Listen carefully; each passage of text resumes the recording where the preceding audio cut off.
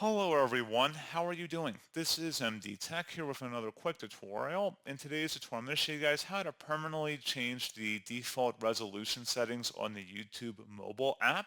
So if you want to save mobile data potentially, in today's tutorial, I'm going to show you guys how to adjust the video quality preferences in the YouTube app for iOS and Android devices. And without further ado, let's go ahead and jump right into it. So all you have to do is open up the YouTube app and select the U icon in the bottom right corner. Select the gear icon in the top right. Underneath Account, you want to scroll down. Underneath Video and Audio Preferences, so you have to scroll down a little bit on the left side. Select Video Quality Preferences. And then on the right side, under Video Quality on Mobile Networks, you can select Data Saver, Lower Picture Quality, and that is all you'd have to do. You don't have to click on Save or anything.